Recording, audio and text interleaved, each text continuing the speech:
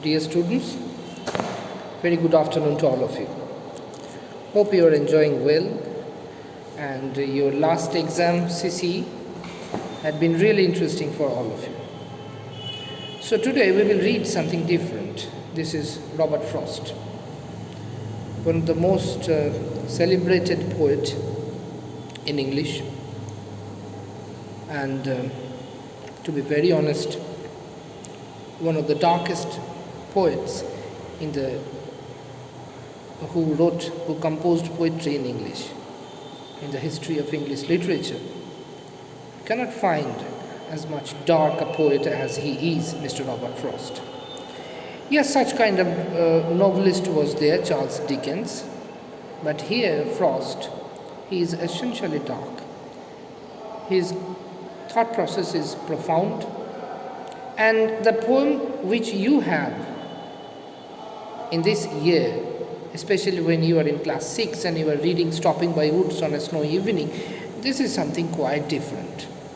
This is one of the most profound themes are there on life and death, but still you are coming across it in this class, especially when you are in class 6. This is really something at the same time awkward, and it is interesting. I will try to explain all the facets of this poem. So this is also considered as one of the suicidal approaches made in the history of English literature. Generally, Robert Frost, most of his poems, they were composed in early hour of the day, at dawn. Generally, this is the time when it is neither too much lit, too much clear, not too much dark. That thin layer that separates day from night, right at that time he wrote most of his poems. But here this poem was written, essentially this poem especially, this was written at night. It was midnight, which is completely different from the poet's habit. This was written at midnight, and this was so unusual for him to write a thing like that. So what happens in the poem, that poet one day, or I should say one night, it occurred to him. Just like it occurred to Mr. I should not say Mr., but still, just it occurred to our Gautam Buddha. One day, at one night, it occurred to him that though I have everything, I need to seek something else. And he left his home. And so, like all other monks, those who were ascetic, who left the comfort of their household, all of them, probably they heard a call that was clear, that was coming from somewhere else, and that forced them to leave whatever they had and strive for something different, look for something different. That kind of call was there for the poet. There was something inside him that was going on that pushed him to get outside in such a bitter cold night. It was a frosty night. It was a beating cold. Wind was cutting through your flesh like sharp knife.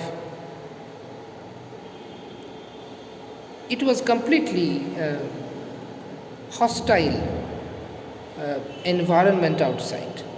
Right at that time, it was our poet who decided to get out and test the outward environment. What happens? What he experienced? What are the thoughts that occurred inside his mind? That we are about to read. See, now the poet is standing in the middle of a wood. In the midnight, everywhere there is pitch dark. It is beating cold, snow is falling. The whole landscape is covered with snow. Even the lake that was there beside him had frozen. Right at that part of the jungle, on one side there is vast deep jungle, on the other side there is a lake, the upper surface of which has been frozen. Here he is standing in the middle. And far away, civilization, the village that is there. So there the poet is telling that whose woods these are, I think I know.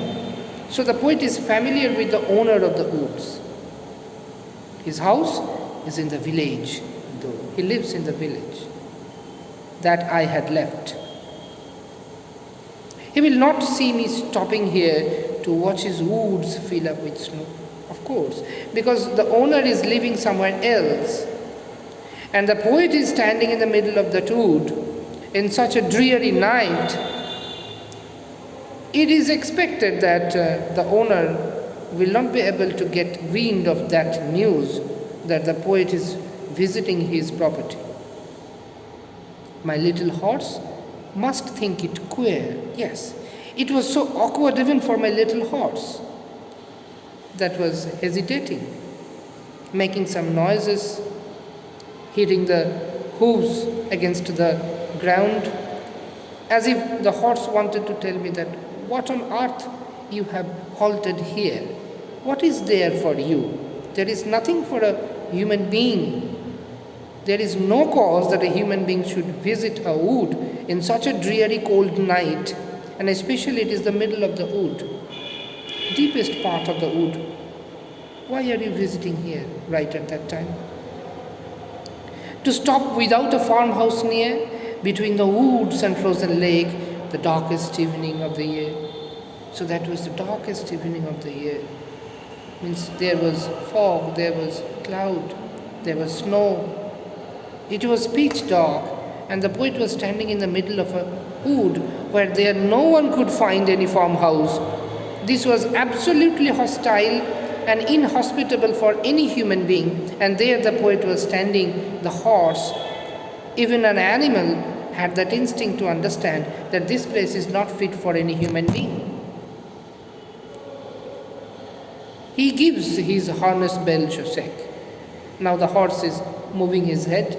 There is a bell attached to it. It is making tinkling sounds. To ask if there is some mistake. So the horse might be feeling that I have lost. And probably I had lost my sanity. In order to bring me back to reality, the horse was making some sound so that I can come back from my reverie to the reality.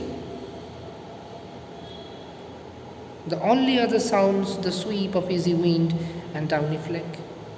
So except the sound of the harness bell, the only other sound that was audible, it was the falling of downy flake. Snow was falling. No human being can hear the sound of snowfall on a leaf or on the ground. It is inaudible. But this is why this poet is called sensuous poet. His sense organs were so active. They felt so much oneness with nature that even the drop of a snowflake could be heard, could be sensed by the poet, because his sense organs were so alert. They were so, there was a bond in between the environment, in between the nature and the poet, and the bond was so intricate and it was so deep that even the lightest tremor could be felt by the poet, even if it is the tremor which we can barely feel, the tremor of snowfall. The snowflakes are falling on the leaves, the snowflakes are falling on the ground, and the faintest tremor of their connection could even be felt by the poet here, who was standing in the middle of a wood. The only other sounds, the sweep of easy wind and downy flake. So there was absolute silence, absolute darkness. Only thing that I could hear, on one hand it was the sound of the downy flake. So this is poet's one self that was so attached with the nature that it could even feel that snow is falling. The poet's other half, this could feel that the horse is making his harness bell sound, is tinkling his harness bell. So, on one half of the author's mind was absorbed in the reverie or in the thought which he was so much pondering over. On the other half, it was conscious of reality that could hear the harness bells, which could be heard by anyone. This is so natural for any human being to hear something, a bell being tinkling that is hanging from the horse's neck, and it is making tinkling sound that can be heard by anyone. So this is poet's natural self.